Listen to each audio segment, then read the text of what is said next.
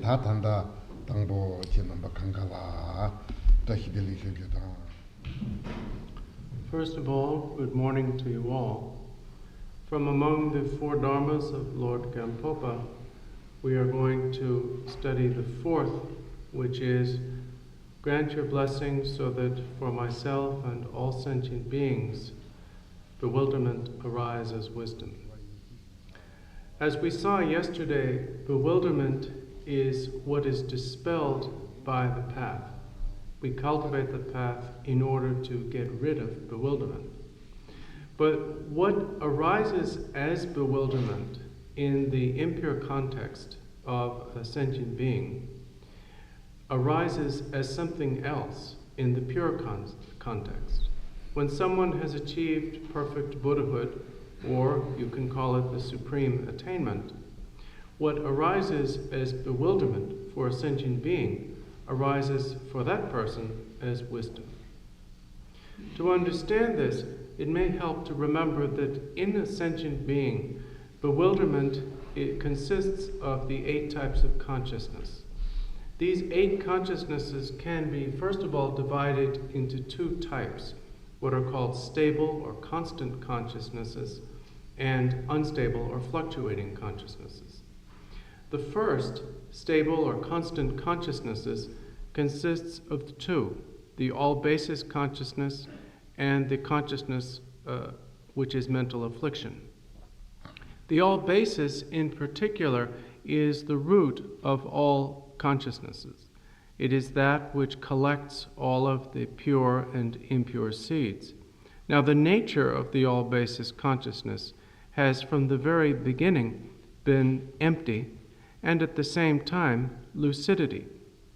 But the all-basis consciousness in its impure state does not recognize its own lucidity. It does not recognize itself.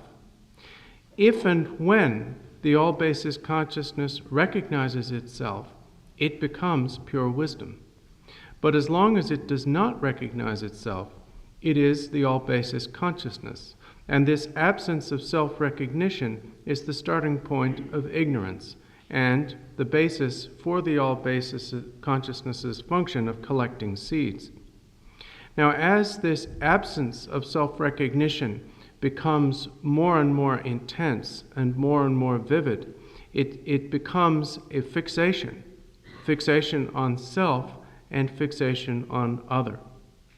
The fundamental fixation on the self is the 7th consciousness, the consciousness which is mental affliction. Now, in general, when we talk about self-fixation, we are talking about 2 different things. One type of self-fixation consists of conscious thoughts, for example, the thought of I or me. This is not a function of the 7th consciousness, but is a function of the 6th consciousness, the mental consciousness.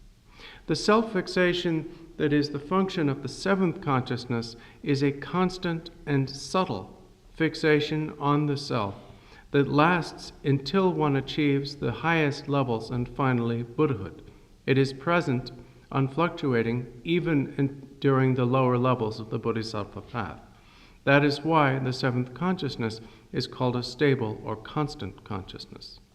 And then, as the bewilderment further intensifies and becomes coarser, out of it develop the 6 consciousnesses as well. Tene ta tela number hipa chu thuk on the jena ta ti meeting number hipa. Tene kapkala number to number hipa ti kapkala meje wa in bechena meeting number hipa re. The 6 consciousnesses are called unstable, inconstant, or fluctuating because they're not always functioning. They function under certain conditions, and when those conditions are not present, do not arise. So because they are not always functioning, they are called unstable or fluctuating. Now, the 6 consciousnesses can be divided into 2 categories: non-conceptual consciousnesses and conceptual consciousnesses. Generally speaking, most commonly, the 5 sense consciousnesses are said to be non-conceptual. And they're said to be non-conceptual because they cannot think about what they experience. The eye consciousness sees forms, but does not appraise them. The ear consciousness hears sounds. The nose consciousness smells smells. The tongue consciousness tastes tastes. And the body consciousness feels tactile sensations. But in none of these cases do any of these five sense consciousnesses themselves engage in the conceptualization of what they experience. So therefore, in general, we call them non-conceptual consciousnesses. And in doing so, we are following the tradition of valid cognition, in which it is taught that the five sense consciousnesses are non-conceptual, and the sixth consciousness, the mental consciousness, is conceptual. However, in the Abhidharma, it is taught that the five sense consciousnesses are also conceptual. And this is because of a different definition, or a more specific definition of conceptuality here. In the Abhidharma, the two levels of conceptuality are distinguished. One is a primary, basic, or coarse level, which is called, Tokpa, Chopa. Tokpa, Chopa. Tokpa dan Chopa la de kaya gare. Tachi dan sang gare. Chopa hako de kaso Tokpa ke sik rang hako gare de peju tonso tets kaga yoro wang ba. Well, generally Tokpa would be called Sa yorebe, sa yomarawa. Tokpa de la sa yomarawa. Yeah. Generally, it's the same word that gets translated thought. So, but if I say that for consistency, I'm cheating you because it doesn't exactly mean thought in general here. Generally speaking, you can say thought and examination or investigation, but Tokpa here means the primary or coarse level of conceptualization, not full-blown conceptualization. So in the Abhidharma, because the five sense consciousnesses experience their objects completely but do not appraise them, they are said to have the first but not the second type of conceptual function. In either case, we do not regard the five sense consciousnesses as the sources of bewilderment. Among the six consciousnesses, it is the sixth consciousness, the mental consciousness, that primarily functions in bewilderment because it is conceptual. It thinks. It thinks in terms of all kinds of concepts that it creates, such as past, present, and future. It appraises and judges and categorizes and so forth the experiences of the five sense consciousnesses, calling them good and bad and pleasant and unpleasant and desirable and undesirable and so on. Now, the five sense consciousnesses rely upon organic faculties. That is to say, they rely upon physical supports. The sixth consciousness does not rely upon a physical support.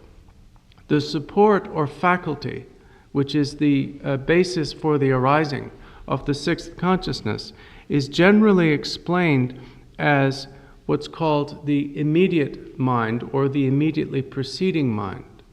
And the immediate mind, as it is generally explained, refers to the previous moment of the sixth consciousness, that being the immediate condition allowing a subsequent moment of the sixth consciousness to arise. However, in the specific explanation of this given by the third Jawang Karmapa, Lord Rongjung Dorje, it's pointed out that the immediate mind or immediately preceding mind while it does affect the sixth consciousness and serve as its base faculty in this way, is not part of the sixth consciousness, it is part of the seventh. According to Lord Rangjung Dorje, the seventh consciousness, the consciousness which is mental affliction, has two aspects or parts. One is an inward directed one, which is what we normally refer to as the seventh consciousness, the self-fixation. And the other is outward directed and is that which generates the six consciousnesses. And therefore, that outward directed aspect of the seventh consciousness is, according to that presentation, the immediate mind, which serves as the faculty on which the sixth consciousness is based. In this way, through the functioning of the eight consciousnesses, our bewilderment arises as the experience and perception of mundane appearances. Now, the relationship between bewilderment and wisdom is clearly described in two short works composed by the third Jawang Karmapa, Rangjung Dorje. These are called Distinguishing Between Consciousness and Wisdom, and, that's one, and a treatise on Buddha nature. The point of these two works, or two books, is, in the case of the first, to show not only what bewilderment is and what wisdom is, but how bewilderment becomes wisdom upon awakening. And in the case of the second, why this is possible, why this can happen. And the reason why this is possible and why it can happen is because all beings possess Buddha nature. Now, Buddha nature and its being possessed by all beings is clearly taught in the Uttara Tantra Shastra and elsewhere. But specifically, in his treatise on Buddha nature, Lord Rangjung Dorje very clearly explains how Buddha nature functions in order to enable bewilderment to arise as wisdom. He isn't particularly explaining it from the Mahamudra point of view of taking direct valid cognition on the path, but more from the point of view of taking inferential valid cognition as the path, specifically as it is done by the middle way empty of other school. He therefore points out the nature of the Buddha nature, that it is empty and yet a lucidity and so forth. Tene tate ngaranso hine tong bong tong tong kapsula number hiba tsu ji no me kandi gong kresina tene tago. Among the eight consciousnesses, which are the ones that we use in the practices of tranquility and insight?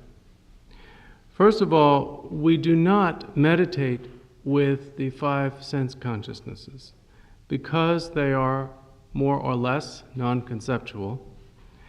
They are ignorant, as they are a function of ignorance, and therefore they are finally to be abandoned. But they do not themselves generate coarse fixation, so therefore they are not that which performs the meditation. They are allowed to function naturally as the unceasing appearances of the five senses. Now, in the case of tranquility or shine meditation in particular, what is done involves especially the eighth and the sixth consciousnesses. The eighth consciousness can be regarded as an unceasing mere cognitive lucidity. In the practice of tranquility, what you are doing is allowing the thoughts generated by the sixth consciousness, which are like waves appearing on the surface of the ocean that is the eighth consciousness. You are allowing these thoughts to subside or be pacified back into the eighth consciousness.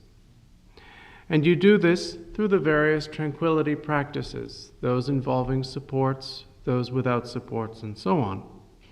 And when through the relaxation of the mind, these thoughts are pacified, the waves of the sixth consciousness's conceptualizations subside or are pacified into the eighth consciousness.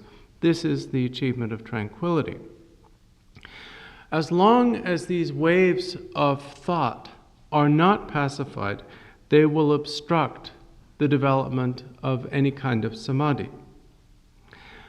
When they are pacified, the all-basis consciousness is in a position or a state where it is possible for it to recognize itself, which is insight. It is possible for the eighth consciousness, the all-basis, to recognize itself because it is an unceasing cognitive lucidity. When that unceasing cognitive lucidity remains present in the absence of the disturbance or waves of thought, then it can be brought to experience its own emptiness. Now, usually our all-basis consciousness is disturbed by the sixth consciousness, so that our mind as a whole is primarily outward directed. It is turned away from itself by the disturbance of thoughts and concepts. And this is one of the things that the waves of thought of the sixth consciousness do. The instruction here is, by being free of that disturbance, to allow the mind to look at itself rather than being directed away from itself. This enables the all-basis consciousness, with its innate cognitive lucidity, to look at and recognize its own nature. Now, there are different ways that this can be done. The practical instructions of our tradition include looking at the mind within stillness, looking at the mind within occurrence, looking at the mind within appearances, these three, and sometimes they are subdivided to make 4 or 5 and so on. The first of these is looking at the mind within stillness. You begin this with the practice of tranquility, and remaining in a state of tranquility, a state of stillness, a state free of thought. Eventually, you recognize that your mind is still, that your mind is at rest. And you can recognize this because of the lucidity, which is a natural quality of your mind. The lucidity does not stop when thoughts stop. Now, when you recognize that your mind is still, you then look at this stillness. Look to see, what is it that is at rest? Where is it resting, or on what is it resting? What is this state of rest or stillness? What are the characteristics of that which is still, and so on? As you observe the mind in these ways and in that context, you don't find anything or any inherent characteristic. But you also don't discover a nothingness, because the mind's lucidity, the mind's cognitive capacity continues. So that although there is nothing to be found or discovered as a characteristic per se, the mind is still lucid. Now, in this practice, you are not determining this through analysis. The examination of the mind here is not logical analysis, as in the practice of inferential valid cognition. It is direct observation. About this, it was said by Lord Gampopa, the mind itself is the connate Dharmakaya. The mind, in its nature, has always been what it is, its nature, which can be discovered. And that nature is unchanging. It is innate within the mind, or it was born together with the mind. Now, that nature here is called Dharmakaya. As for what that nature is, as for what it is that you discover, first of all, you discover that the mind is empty of any true or substantial existence, as set forth, for example, in the treatises of the Middle Way School, although here you discover it through observation. But the mind is not just empty. It is not nothing, because it also has cognitive lucidity. And the cognitive lucidity of the mind is what is expounded, for example, in the 10 topics of the Uttara Tantra Shastra and so on. So this nature of your mind, this emptiness that is inseparable from the mind's very lucidity, is what here is called the Dharmakaya. And this is what is discovered when you look at the mind within stillness. Nevertheless, when you practice, sometimes thoughts will arise. And when thoughts arise, you look at the mind within thought, or within the occurrence of thought. When you recognize that a thought has arisen, then you examine it, you observe it. Where has the thought arisen? From where did it come? When the thought is no longer present, where does it go, or where has it gone? What is a thought? What is its shape? What is its color? And so forth. Again, looking for all of these characteristics, you do not find any one of them. About this, the fathers and sons of Lord Gampopa's lineage have said, thoughts are the display of the connate Dharmakaya. This means that because thoughts are the display of the mind itself, they partake of the mind's nature. When you recognize the nature of thoughts, you therefore recognize the nature of mind. When the nature of mind is recognized within thought, the arising of the thought and its liberation are simultaneous, because what is recognized is that the thought has never truly existed from the beginning. Tene ta tekin to sumba de hongsu ne tawa sumbi ora nangtu ne tawa de la ta jitang nawa de la.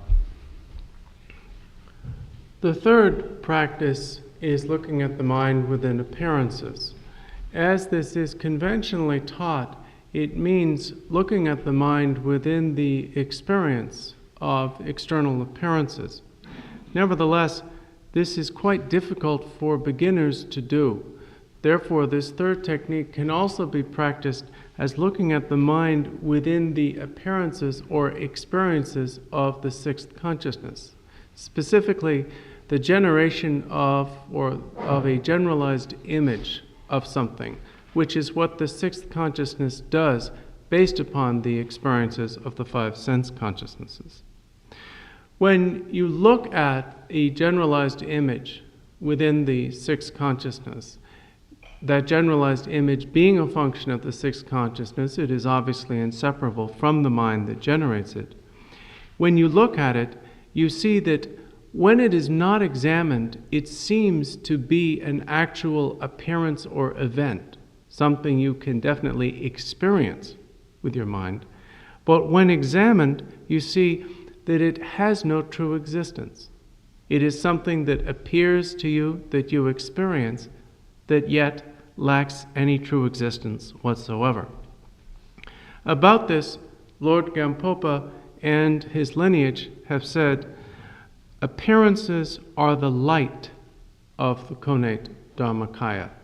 Now here, when it said Lord Gampopa and the fathers and sons of his lineage, these three statements are considered, in the case of some of them, the words of Gampopa, and in the case of some of them, come from his nephew, Dogpo Tsutren Nyingpo, and they were repeated, of course, by Dogpo Teshe Namjal in his writings.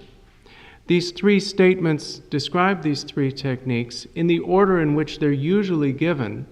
They are: the mind itself is connate dharmakaya, appearances are the light of connate dharmakaya, and thoughts are the display of connate dharmakaya. So these are the ways in which we meditate. And this is done, again, as Lord Milarepa said in his song, lucidity, non-conceptuality, and absence of distraction are the summary of, or a summary of meditation.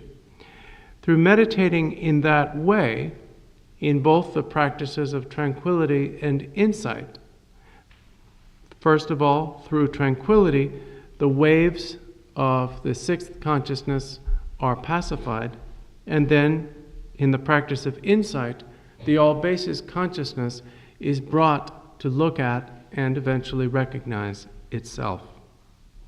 Now, you might have a doubt about this.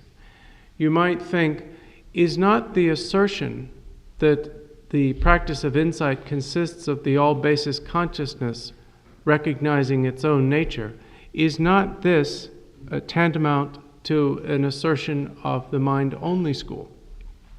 It is quite different. A distinction must be made between the mind-only school's view, including its view of the eighth consciousness, and that of the Middle Way school in general, and the Mahamudra in particular. The mind-only school views the most fundamental consciousness as something that is truly existent. Therefore, about this, the great Abbot Shantarakshita, in his Ornament to the Middle Way, wrote, "Their view is very good, but it is also very far from the truth of things." This is a very good view in that it does promote all kinds of virtue, but it is not the final view. According to the Middle Way school, the nature of all things, the nature of all phenomena, is not consciousness, but emptiness. Now, within the Middle Way school, we can distinguish between the two ways in which this view is gained. If this view is ascertained through inferential valid cognition, as is the case with the Middle Way school in general, we call that the Middle Way.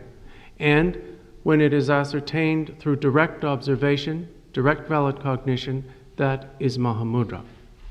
So there is a great deal of difference between the assertion of true existence of the mind-only school and the Middle Way and Mahamudra understanding of reality. When the all-basis consciousness has recognized itself, it is transformed, and it becomes not a consciousness at all, but wisdom, the Dharma Dhatu wisdom.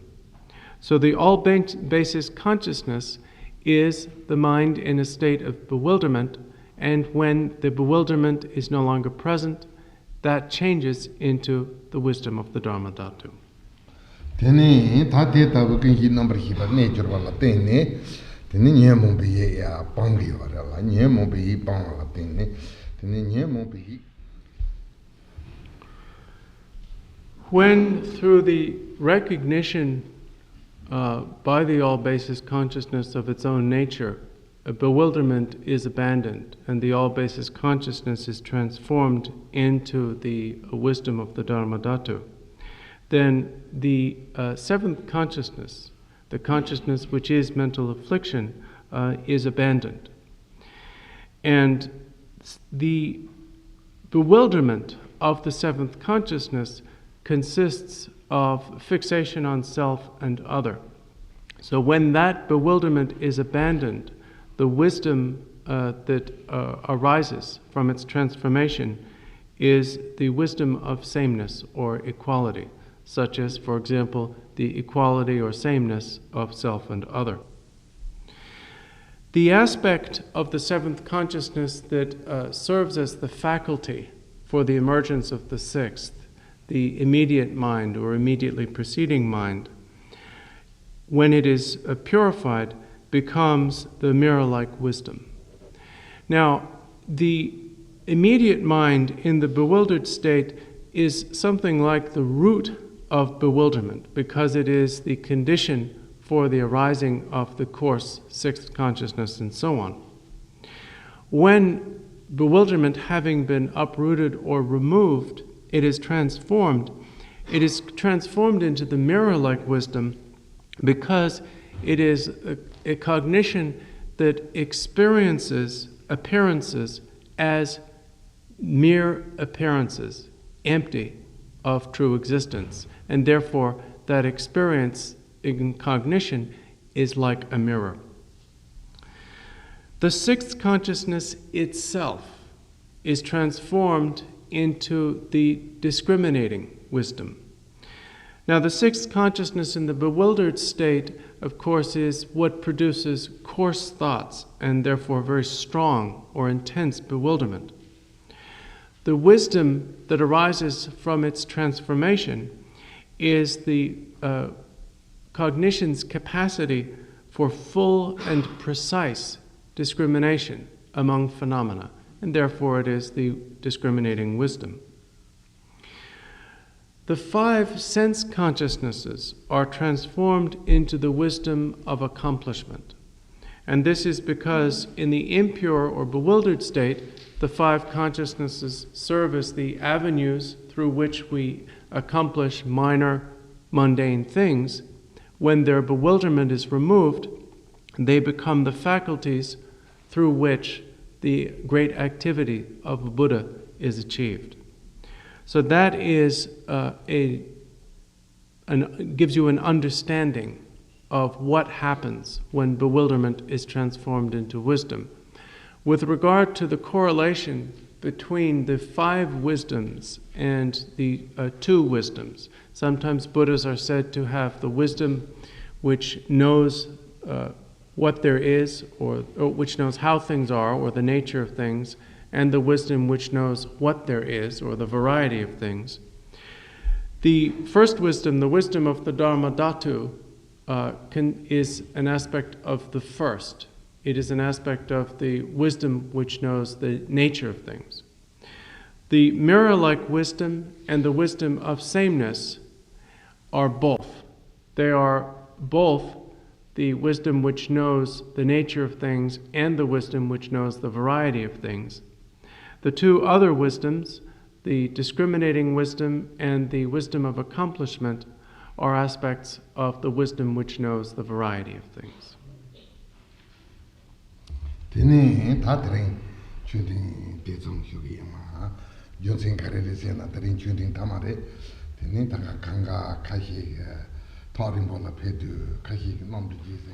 As this is our final session, I'm going to stop here for this morning a few minutes early, because no doubt many of you have planes to catch, trains to catch, buses to catch, and so on. And I don't want you to have any difficulty in catching your planes, trains, or buses, so therefore we'll stop a little early. I feel very, very fortunate to have had this opportunity to talk about the four Dharmas of Gampopa in this extraordinary place which arose through the blessing and vision of His Holiness the Jawan Karmapa. Speaking of this here, and having the opportunity to speak of this here, in this place which really embodies His Holiness's vision, I feel I have to thank all of you for giving me this opportunity. The President and administration and members of Karmatriana Dharma Chakra, and also all of you who've come to hear this, and by doing so have given me the opportunity to speak about it. As well, while I don't feel that I possess any particular blessing or power, I am confident that what I have explained bears the blessing of the root and lineage gurus, and therefore I am quite confident that it will prove to be of great benefit to all of you in the future.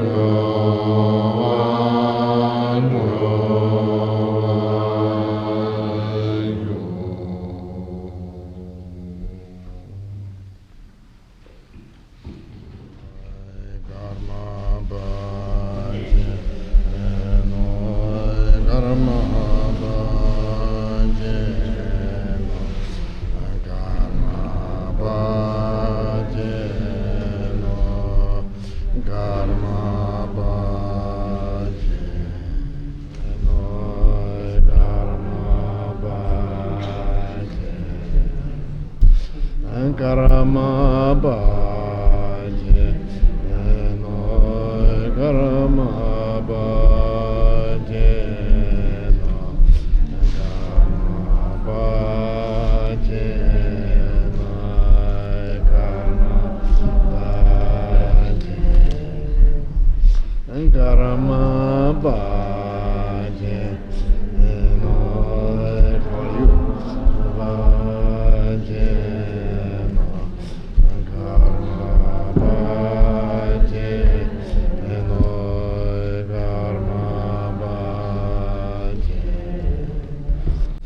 karma baje no karma baje karma baje no karma baje no karma baje no karma baje karma baje no karma baje no karma baje no karma baje karma baje karma